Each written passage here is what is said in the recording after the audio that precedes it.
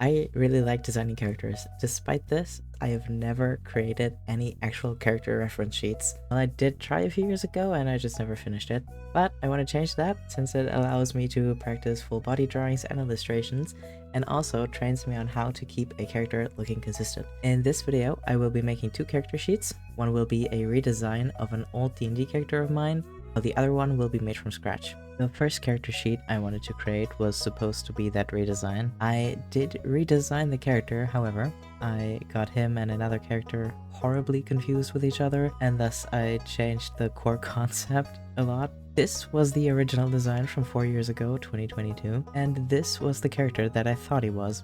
Anyway, long story short, I turned this warlock into a wizard and also got rid of his mask. I really wanted to lean into storytelling through design with both characters in this video, so it was really important to me that he got a spell book, since I was so sure that he was a wizard. Well, either way, I went on the hunt for some references and I made this very basic mood board for him. But with all that in mind, let's actually get onto the drawing now. So for this character, I started drawing his head first.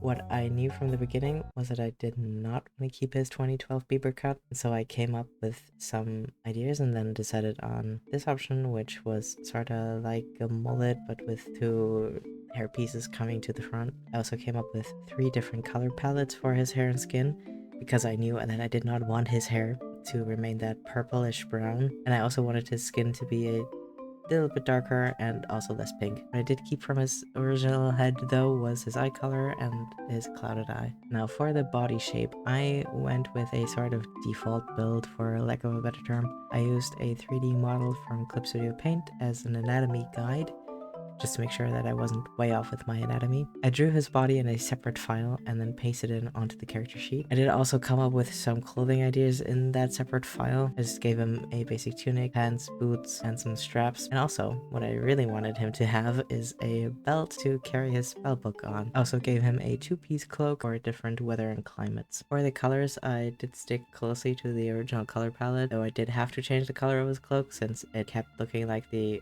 original Attack on Titan uniform. Since this is a character sheet, I went with flat colors and didn't do any shading, since later down the line when you actually want to use this as a reference sheet, it just makes color picking a nightmare. For the sheet itself, I added all 3 iterations of his outfit and also a more close-up drawing of his eyes, since they are a bit more unique. I also did 3 expressions on a separate canvas and pasted it onto the character sheet. You might notice that his name changed from Ezrin to Lorian, and that was the point where I realized that I had confused him. Now overall, I'm pretty happy with how this turned out, though there are some things in the creation process I still need to optimize, and I also want to work on character turnarounds.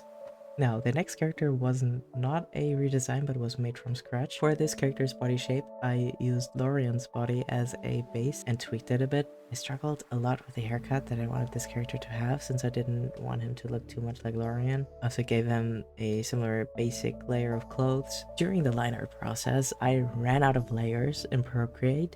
I never had this issue before, but the canvas dimensions and DPI made it so that I could not create any more layers. I reached the limit, which was terrible since I kept putting every single element of his design on a new line art layer. And to fix this issue, I had to crop the canvas so he'll look like a bookmark for a bit.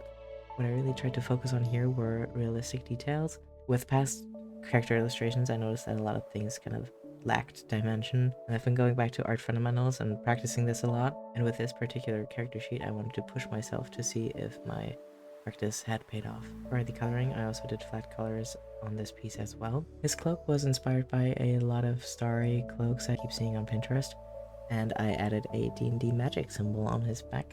Although he isn't a wizard, this is just the school of magic whose spells he favors. And if you know D&D schools of magic, you can leave your guess down below. On the sheet itself, I also did 2 expressions instead of 3 like the last one, since I needed some space for the skull accessory that he has. I also wanted to try my hand at drawing weapons, and while I'm okay with how that dagger turned out, I want to practice that more. In the end, I decided on the name Avon for him, which I do think suits him. This is the finished version of the sheet, and I am again pretty happy with how it turned out. I did somewhat of a turnaround, or well, at least a different angle of the character. Looking at these two and then comparing it with my attempt from 6 years ago, I do think that I've come a long way. Now in the future, I really want to focus on storytelling through design some more. I want to create more diverse characters, and I also want to work on some turnarounds. Thank you for watching this video. Any constructive feedback is very much appreciated. Okay, bye.